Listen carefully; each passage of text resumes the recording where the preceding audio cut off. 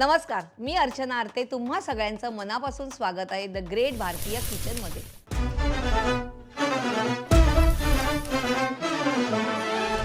हे फक्त किचन नाही, ही आहे आपली परंपरा, आपली चव, आपली ओळख. तर आज आपण बनवणार आहोत इन्स्टंट गाजराचं लोणचं. लोणचं म्हणजे घरचा वायफाय आहे, तो दिसत नाही. पण नसलं तर सगळं डिस्कनेक्ट होतं. आता जरा विचार करा, जेवणात भाकरी, पोळी किंवा भात असेल आणि अचानक लोणचं ताटात येतं, तेव्हा आपण नकळत काय बोलतो? वाह, क्या बात है, आता जेवण कंप्लीट झालं. लोणचं आणि इंडियन किचन यांचं नातं खूप घट्ट आहे. कारण लोणचं फक्त टेस्ट नाही, ती एक आठवण आहे. लोणचं म्हणजे सायन्स आहे. थोडं जास्त मीठ, ओव्हर. थोडं कमी मसाला, डन. थोडा जास्त ओलावा, स्पॉइल. आणि गाजराचं लोणचं म्हणजे विंटरची अनाउन्समेंट. हाताला लागलेला लाल मसाला आणि थोडीशी आंबट चव.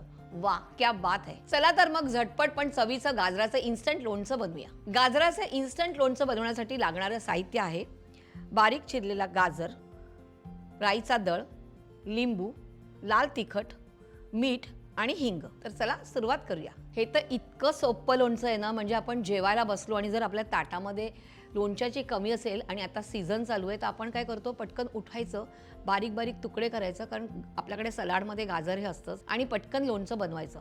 वेळच लागत नाही. तर तिथे मी बारीक चिरून ठेवलेला गाजर आहे, असा फोडीचा केलेला आहे आणि कच्चाच घ्यायचा आहे, वाफवून वगैरे काही घ्यायचं नाही आहे. म्हणजे हे इन्स्टंट, अगदी जेवायला बसा त्याच्या अगोदर बनवा आणि जेवायला सुरुवात करा. 1/4 टीस्पून हिंग, मीठ चवीप्रमाणे, लाल तिखट, तुम्हाला जर चटपटीत आणि झणझणीत पाहिजे असेल तर 1 चमचा. आणि ह्यात बघा, मी कुठेही तेल वगैरे वापरलेलं नाहीये. आणि राईचा दळ 1 चमचा, 1 टेबलस्पून घ्यायचं आहे आपल्याला. आणि ह्याच्यामध्ये पिळायचा आहे लिंबाचा रस, कारण त्याच्याशिवाय मजा नाही.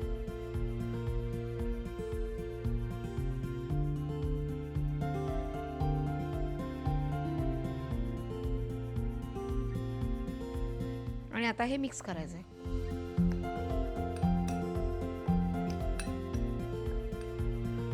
आणि जर तुम्हाला लाल तिखट नसेल घालायचं, तर तुम्ही हिरवी मिरची अगदी बारीक कट करून घातली तरीही छान लागतं.